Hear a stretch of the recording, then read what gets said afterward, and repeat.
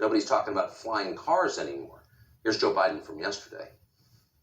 With regard to food shortages, yes, we did so talk about food shortages. And it's going to be real. The price of these sanctions is not just imposed upon Russia. It's imposed upon an awful lot of countries as well, including European countries and our country as well. And because both Russia and Ukraine have been the breadbasket of Europe in terms of wheat, for example. Just to give one example. Food shortages, Biden said, quote, they're going to be real. Once again, in case you missed it, to repeat, food shortages, not in Sudan, in Cincinnati, in Reno, in Spokane, in Norfolk, and of course in our big cities too, where not a single person who was born here has any idea what a food shortage is.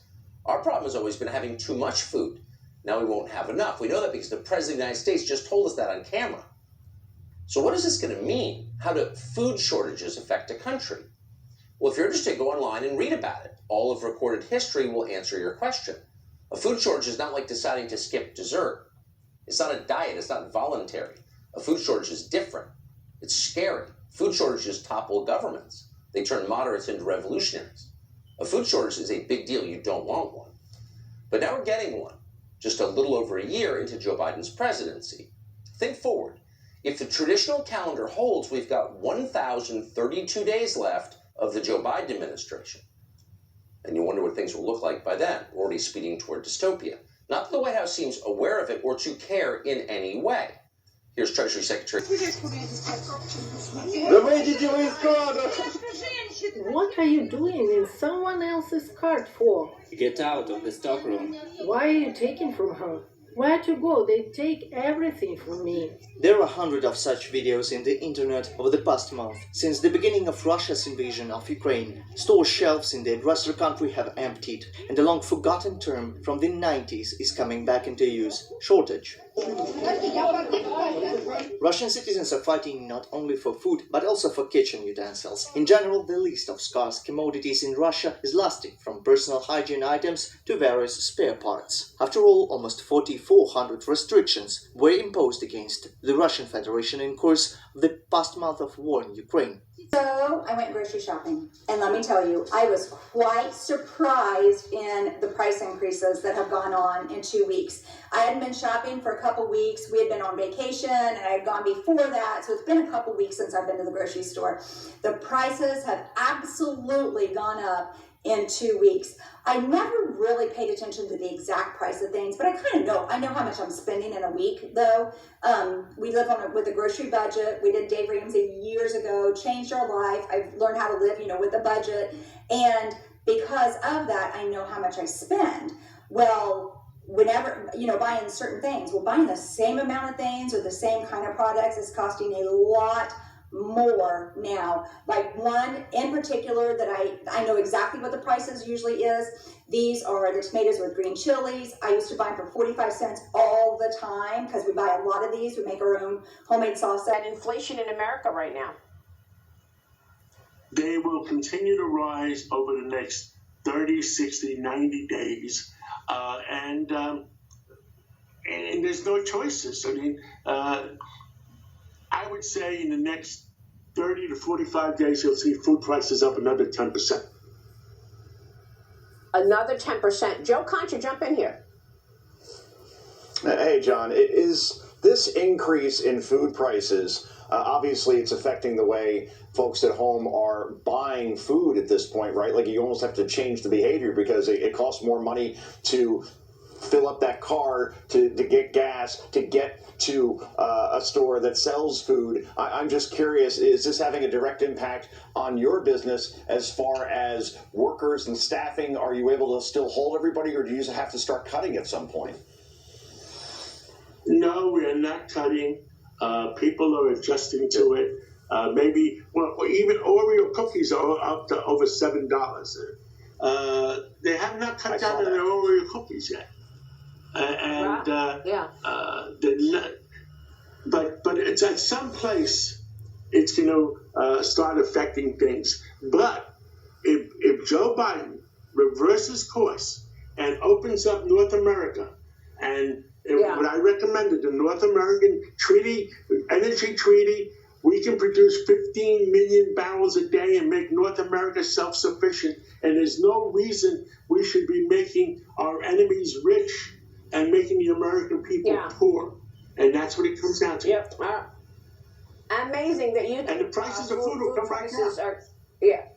And amazing to me that you think food prices are going up 10% over the coming months. John, thanks very much. We'll keep checking back with you. Good to see you this morning. John Catsimatidis. At many of the money shows that I attended leading up to that crisis, well, I can assure everybody today that the crisis that's coming is going to be far worse than anything that was experienced in 2008. But it's going to be of a different nature, and there's going to be a different outcome. Of course, the cause is the same. It's the Federal Reserve and monetary policy, and to a lesser but also important extent, government fiscal policy, which is helping to drive the reckless monetary policy. But I think the way it's going to play out in the financial markets is going to be a lot different. I think the important consideration this time around is going to be inflation. And I think inflation is the primary factor that everybody should take into consideration when trying to formulate an investment strategy, especially one that is going to do well in the coming decade. And you have to think of inflation not just as a monetary phenomena and not just as the effect that inflation is going to have on prices, and not just consumer prices and asset prices. But you also have to think about inflation in its most basic form, which is taxation. Inflation is really a tax. I mean, that's basically what it boils down to. And you have to understand this, because governments really have two ways of paying for their expenditures. The most honest way is through current taxation. Now, obviously, that can be unpopular for the people who are paying the taxes, right? Nobody likes to send money to the U.S. government. And so when politicians are constantly running for re-election, they don't want to have to tell the voters how much all these government programs cost. It's Sandy. So have you heard the term before? Who controls the food controls the people. Because it's absolutely true. If you are hungry, you're going to do just about anything. And so whenever President Biden was on, I've seen it on teleprompters, little clips and stuff, whenever he was giving a speech this last week and said, upcoming global food shortages are coming, and it's even going to affect us in here in America. Well, you better wake up and listen to that. So, there have been people in Israel saying this, and people in the EU saying this, and now the President of the United States is saying this. We cannot control what the government does, but what we can control is what's going on in our own home. So people who are hungry, if there are food shortages, the government can control people within their government if there's food shortages.